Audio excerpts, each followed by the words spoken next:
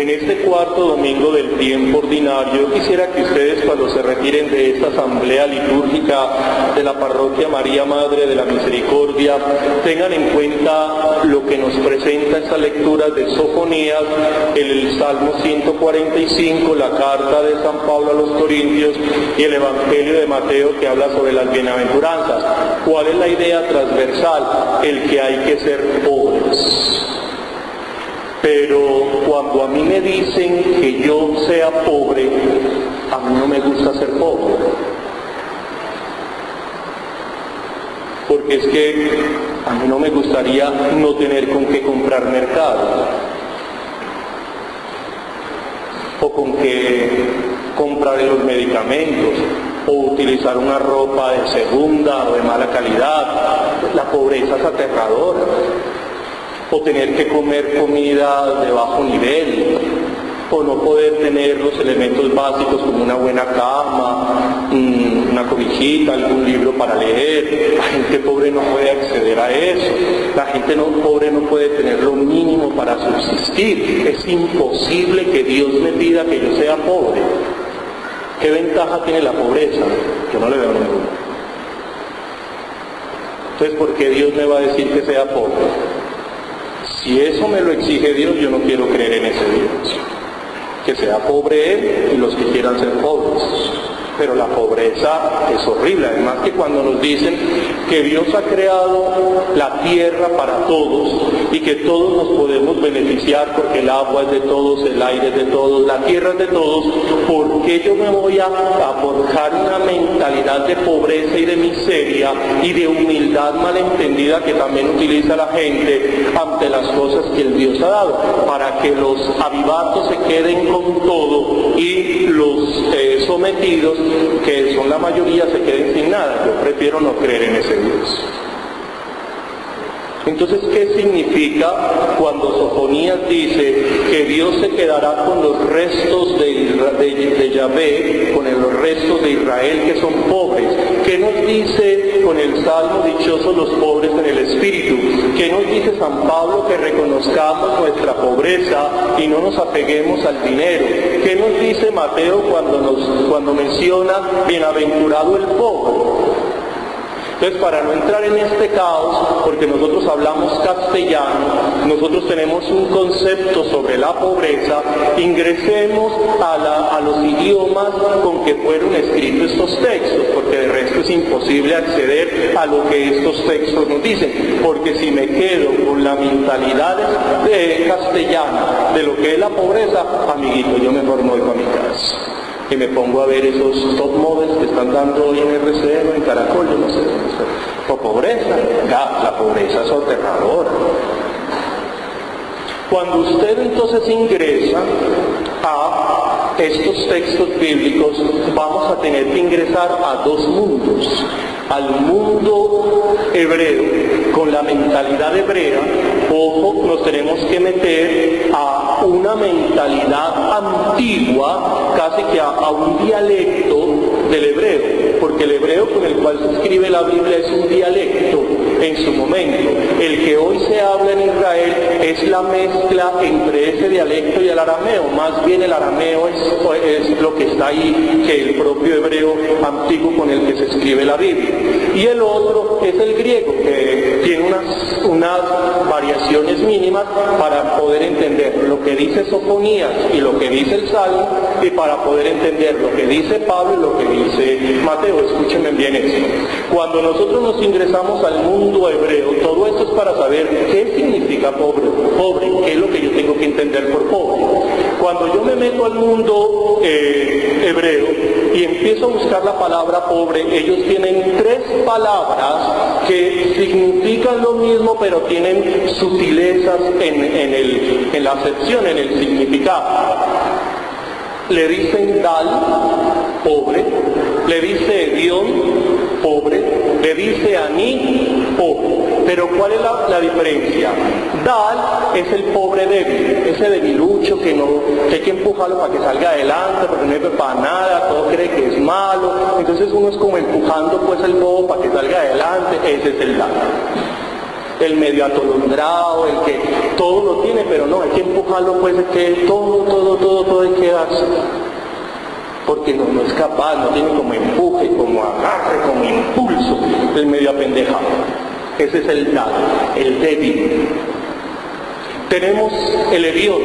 El hedión es el mendigo, el harapiento, el del pelo así todo despelucado, con ese frizz todo alborotado, con 3 moscas dándole vueltas alrededor del pelo y con una super llaga en el pie pidiendo la ofrenda. Ese es el hedión. Y el aní es el pobre abajado, es el pobre maltratado, es el pobre que ha sido, que no tiene posibilidades sociales fáciles para salir adelante. De esos 3 pobres, del dal, del hedión y del aní, solo uno recibe la bendición. Y es el aní. El aní recibe la bendición. El dal y el hedión no tienen bendición. Es decir, el perezoso, el pasivo, Dios no lo bendice. Y el sostenido tampoco Dios lo bendice.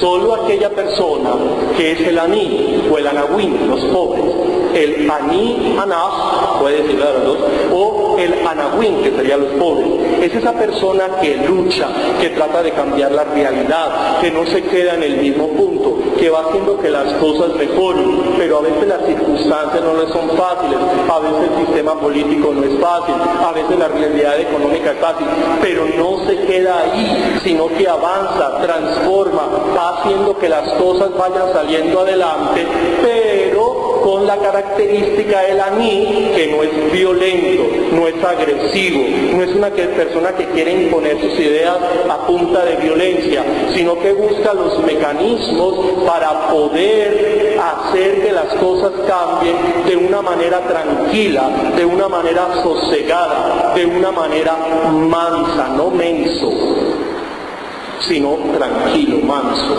Ese es el aní, es la persona mansa, es la persona tranquila, pero no confundan tranquilo con menso, no es lo mismo. Esa es la idea del aní, la persona que no está satisfecha con una serie de situaciones, pero que trata de salir adelante, no con la violencia, sino confiando en sus fuerzas, pero también reconociendo sus limitaciones, y por eso mira a Dios, para que a través de una realidad sobrenatural, Él pueda hacer que las cosas se vayan dando y de esa forma salir adelante. Y ese es el concepto, y esa es la palabra que utilizan en Sofonías. En Sofonías utiliza la palabra aní. Buscad al Señor los anahuín, o sea, los humildes, que cumplís los mandamientos, buscadla, ese es los aní, los anahuín, los pobres. Y ese es el resto de Israel con que Dios se va a quedar, con el pobre que no miente, con el pobre que no comete maldades, con el pobre que su lengua no se embustera. Es ese, no es el pobre ahí arrastrado, apendejado, que no le puede hacer nada, sino aquel que lucha por salir adelante y transformar la realidad. Con ese es que Dios se quiere, pero que no exista la violencia, que no exista la opresión, que no se conviertan en aquello que están repudiando. Y esa es la idea que utiliza San Pablo y esa es la idea que utiliza Mateo. Entonces ahora, cuando hay que trasladar esos conceptos del dal, del hedión y del aní, lo hay que traducirlo al griego, entonces es donde utilizan no el tokhon. Por ejemplo, aquí dice, dichosos los pobres en el espíritu. Aquí, por ejemplo, dice tokhoi, neumati. O sea, los pobres, pero le agregan ¿de qué? De espíritu, tokhon. Pero no lo utilizan simple, no dicen simplemente tokhon, es decir, el pobre, sino que utilizan la expresión praus, que significa manso, es decir, bienaventurados los aní, bienaventurados los bienaventurados los pobres. ¿Quién? Aquellas personas que tratan de salir adelante, que transforman la realidad de una manera tranquila, de una manera calmada, de una forma solidaria para transformar la realidad. ¿Y quiénes son esos restos de Yahvé? Ustedes y yo. Usted no ha luchado en la vida, yo sí creo, pues. Mire que usted lucha por trabajar, salir adelante, sacar un hogar, sacar los hijos, sus muchachos son estudiando. ¿Para qué esos muchachos estudian? Pregúntale a esos muchachos, ¿usted para qué quiere entrar a la universidad? Porque dice, yo quiero salir adelante. ¿Y usted por qué quiere ser médico? Ay, para ayudarle a la gente. ¿Y usted por qué quiere ser ingeniero? Ay, para qué. Es eso somos nosotros. Nosotros somos estos anahuim que luchamos por mejorar, pero tiene la característica, o tenemos que tener la característica de no ser malvados, de no ser mentirosos, de no tener una lengua embustera. Esos son los anahuim, aquellas personas que luchamos por sacar los procesos adelante sin violencia, aquellos que tratamos de modificar las circunstancias sin agresiones y sin imposiciones. Ahora nos tendríamos que preguntar, ¿nosotros somos de ese resto de Yahvé? Porque la cosa está complicada. Cuando usted lo detiene el tránsito porque está en una calle que no es, uno escucha por ahí que dice, de la que me libré, de una multa, y le pasé 50.000 pesitos al señor ese. ¿Eso qué es? Corrupción. Eso es corrupción. ¿Y usted por qué no le dejó que le hiciera la... No, oiga, eso como está de caro. Pero la estabas cometiendo, sí. Pero le diste los 50.000 pesos, sí. Te lo recibió, sí. ¿Eso cómo se llama? Corrupción. Uy, en mi casa tengo contrabando. ¿Y vos por qué tenés contrabando en tu casa? Porque es que esas empresas como son de ladronas. Ay, María, le roban a uno y uno quitarle un pelo a un gato. Pero eso es contrabando. Sí. ¿Está robando? Sí.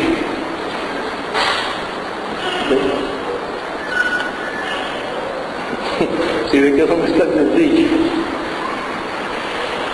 Por eso dice, el resto de Yahvé, o sea, ustedes y yo, somos personas que nos guiamos por los mandamientos de Dios y nos guiamos bajo estas normatividades de la no violencia, de la no maldad, de la no mentira, y mire que no lo estamos haciendo.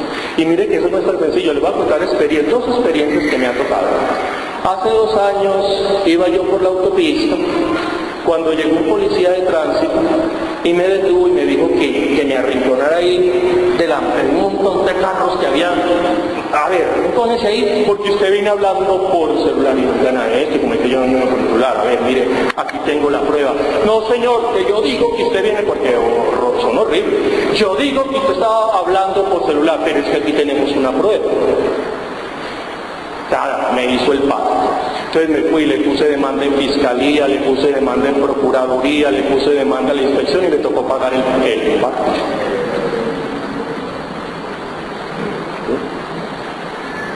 Si eso le hubiera pasado a Piedad Córdoba, ¿qué hubiera pasado? Ajá. Y si eso le hubiera pasado a Uribe, ¿qué hubiera pasado? Pero claro, como le pasó a un ciudadano que no tiene forma de... claro, ahí se la multaron, se me tocó pagar. Y como no pagué durante el tiempo que yo hice porque yo tenía la demanda, pues me tocó pagarla toda. Y a ver, ¿y qué pasó? Nada. Diga si a uno no le da rabia eso. ¿Vio? Es que mira que eso no es tan sencillo. Porque el tipo era hasta bruto, que pecado. Porque es que él me pudo haber dicho, usted iba conduciendo sin cinturón. ¿Quién lo contradice? Pues nadie. Ahí me hubiera pecado que, aunque lo llevara, pero ¿qué hago? Pues ¿cómo demuestro pues que yo lo llevaba ahí? Tendría que comprar de esas maquinitas, esas cosas que venden en esas promociones de televisión para grabarme que yo llevaba eso. Yo no la tenía. Pero decirle a este bruto que yo estaba hablando por teléfono, que yo podía demostrar y que yo llevé los papeles del récord de mis llamadas y así perdí. Hágame el favor, vea, yo quería coger a ese inspector y tirarlo por la ventana.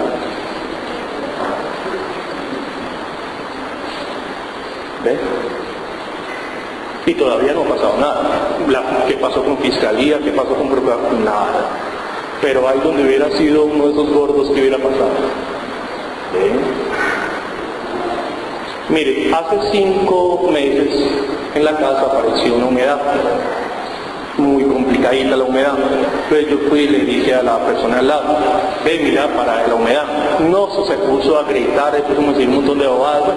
Yo tampoco me voy a poner a obviar. Y le tomé fotos a eso y me fui para la inspección. Entonces le tomé las fotos eso me pasó hace 5 meses.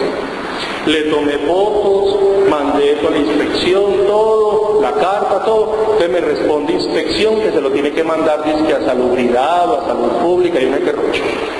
2 meses y eso empeorando. Ya no era un pedacito, sino casi toda la pared.